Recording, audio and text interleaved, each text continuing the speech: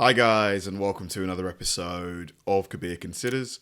In this video, we're going to react to Fargo, the F5 tornado that changed everything. So F5s are the highest, like the most powerful, the most devastating tornadoes, I think, that it can be. Like, it's the F scale. I think it's the Fujita scale, 1 to 5. So the damage here must have been really, really significant. We're talking probably hundreds of millions, if not billions of dollars, like probably hundreds of houses, maybe even people, losing their lives.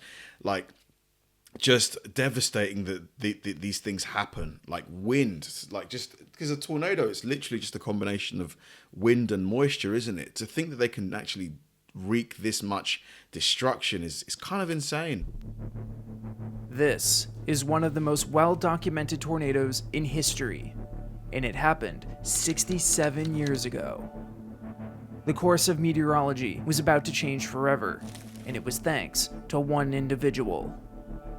Dr. Tetsuya Fujita, an engineer turned meteorologist, was boots on the ground on behalf of the United States Weather Bureau in the wake of this tornado. His unique background, analytical prowess, and unwavering tenacity made him the perfect man for the job. Over the course of the next 2 years, he would put together the most comprehensive tornado survey to date and establish some of the most important foundational pieces of the mystery behind nature's elusive whirlwinds. June 20th, 1957. Fargo, North Dakota. Meteorologist Ray Jensen arrives at work at the Weather Bureau office at Fargo's Hector Airport, just north of town. It is 4 p.m. as he prepares for his usual solo shift by poring over the weather charts.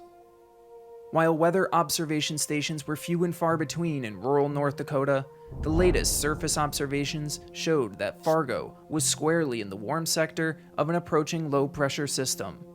The upper air charts were several hours old, but showed westerly flow prevailed in the upper levels. The adiabatic chart, or skew-T, revealed atmospheric instability. The 26-year-old meteorologist knew that the stage was set for thunderstorms. While still in the calm before the storm, he got to work writing severe weather bulletin templates for later that evening.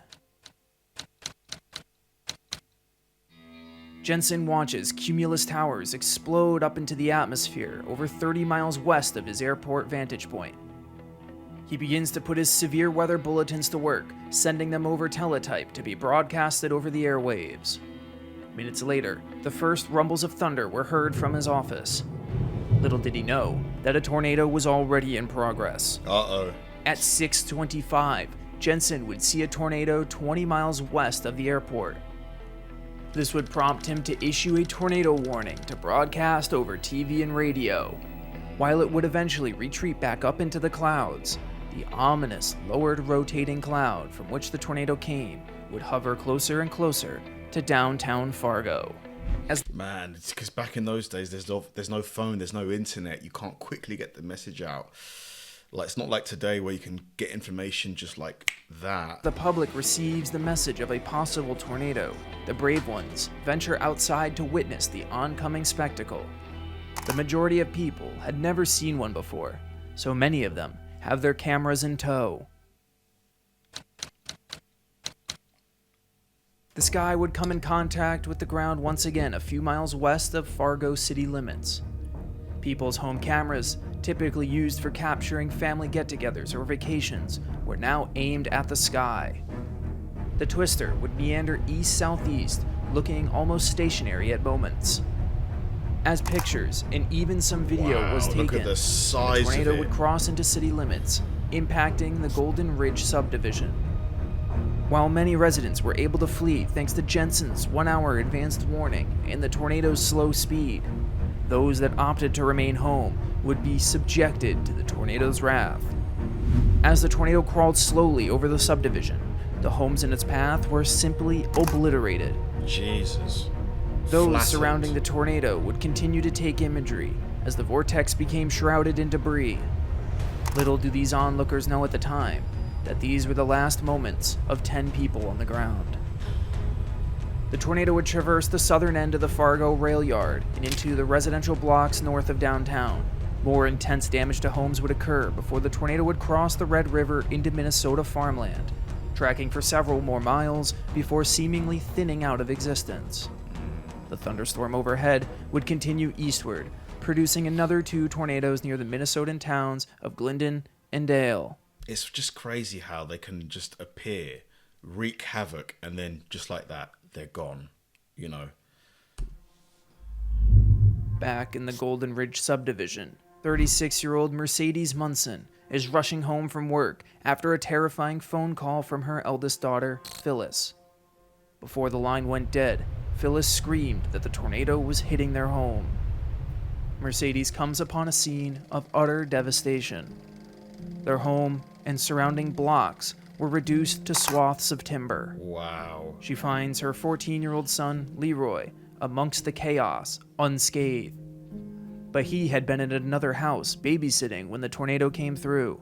As for Phyllis and the other 5 Munson children, they are nowhere to be found. Oh no. Over the next several hours, Mercedes' world would be forever turned upside down. Oh God. That night, she would identify the bodies of 4 of her children in the hospital morgue. Oh my God. That's like every parent's worst nightmare, you know. Poor lady. Her remaining 2 children would succumb to their injuries soon thereafter. Oh no. The following morning, 200 miles away in Bismarck, North Dakota, Gerald Munson, who had been away from home for work, quickly finds the local paper as he was unable to reach his wife the night prior after hearing of the bad weather. He finds his last name listed 6 times in the victims, accompanied by a picture of a man pulling his child's body from the debris. He breaks down immediately. That Terrible. powerful image would be circulated across the country. It was a dark look at the brutal reality of Mother Nature's wrath for Americans. Man. 2 weeks later in Chicago, meteorologist Ferguson Hall of the U.S. Weather Bureau head office came to the University of Chicago's Department of Meteorology. He presented a number of high-quality photographs of the storm that ravaged Fargo. This particularly piqued the interest of 36-year-old Tetsuya Fujita, who years earlier used physical evidence to calculate the detonation altitude of the nuclear bomb that leveled Nagasaki. Dr. Horace Byers, the man in charge of the department, dispatched Fujita to put his unique forensic engineering skills to work to uncover what he can from the evidence of the Fargo tornado. With the help of local broadcast meteorologist Dewey Bergquist, Fujita would collect photographs, films, and observational statements from those that had witnessed the tornado. In a couple months' time, Fujita had collected 185 photographs, 12 sketches from observing meteorologists, and 5 film reels from 53 different perspectives spanning from 25 miles west of Fargo, all the way to the farm fields of Minnesota. Wow. So when it comes to, you know, seeing tornadoes and like photos of them, all that kind of stuff, damage caused by them, probably nobody more educated than this guy on the topic. This was an unprecedented amount of photographic evidence of a tornado. Additionally, he got his hands on the aerial photographs of the damage taken just a day after the tornado. With all of this evidence began the real work for Fujita. He would begin to stitch the story of the clouds together through photogrammetry, the process of using photographs to acquire accurate measurements. Fujita painstakingly pulled together the complete picture of the entire life cycle of the Fargo tornado. Not only did he get the narrative of the tornado's life, but the parent thunderstorm as well. He would conclude that the parent thunderstorm was responsible for 5 tornadoes across a 50-mile span. Each of the 5 tornadoes appeared one after another underneath a rotating cloud base, part of a larger mother cloud, what we would call today the mesocyclone of a supercell. Okay, so the main This mother cloud was composed of key features, those being the wall cloud, tail cloud, and collar cloud, all terms that are still used today for supercell thunderstorm anatomy. With the 5 movies that he had collected, Fujita then was able to calculate speeds of the different cloud features and even some of the rotational speeds of the Fargo tornado's funnel as it tore through town. After 2 years of diligent and tedious work, Fujita would publish a 67-page research paper through the US Weather Bureau. It would compile the overall meteorological breakdown, the evolution of the 5 tornadoes, the triangulation of storm-scale features with their evolutions, and the plot of various speeds and sizes of the Fargo tornado into one cohesive narrative of the storm that traversed the greater Fargo area.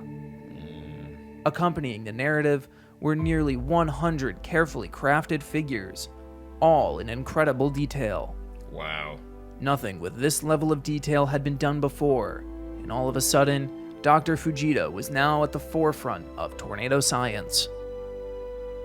Fujita would come to the strong conclusion that tornadoes were not a random occurrence, but rather the careful orchestration of ingredients and storm features.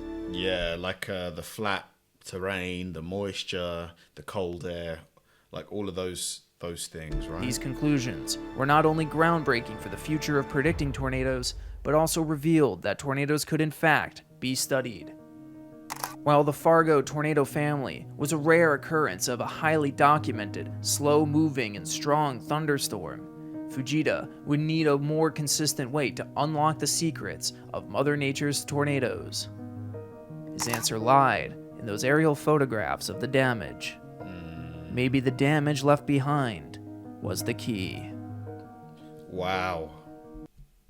Man, like seeing those tornadoes back then, you know, before there was the amount of research and information we have on them now, must have been quite terrifying. They're terrifying today for people that see tornadoes, but, you know, back when you don't know what they are, why they happen, you know, like any sort of like notice of them happening, you don't know when they're happening. Like these days, you know, people get alerts like the tornado warnings, but back then they were just there. So then for Dr. Fujita to come along, do all this research and then give us, you know, the Fujita scale and all that stuff must have been super helpful. But yeah, tornadoes, man, this scary, scary things. Thanks for watching, guys. If you enjoy my videos, please help me out by liking and subscribing.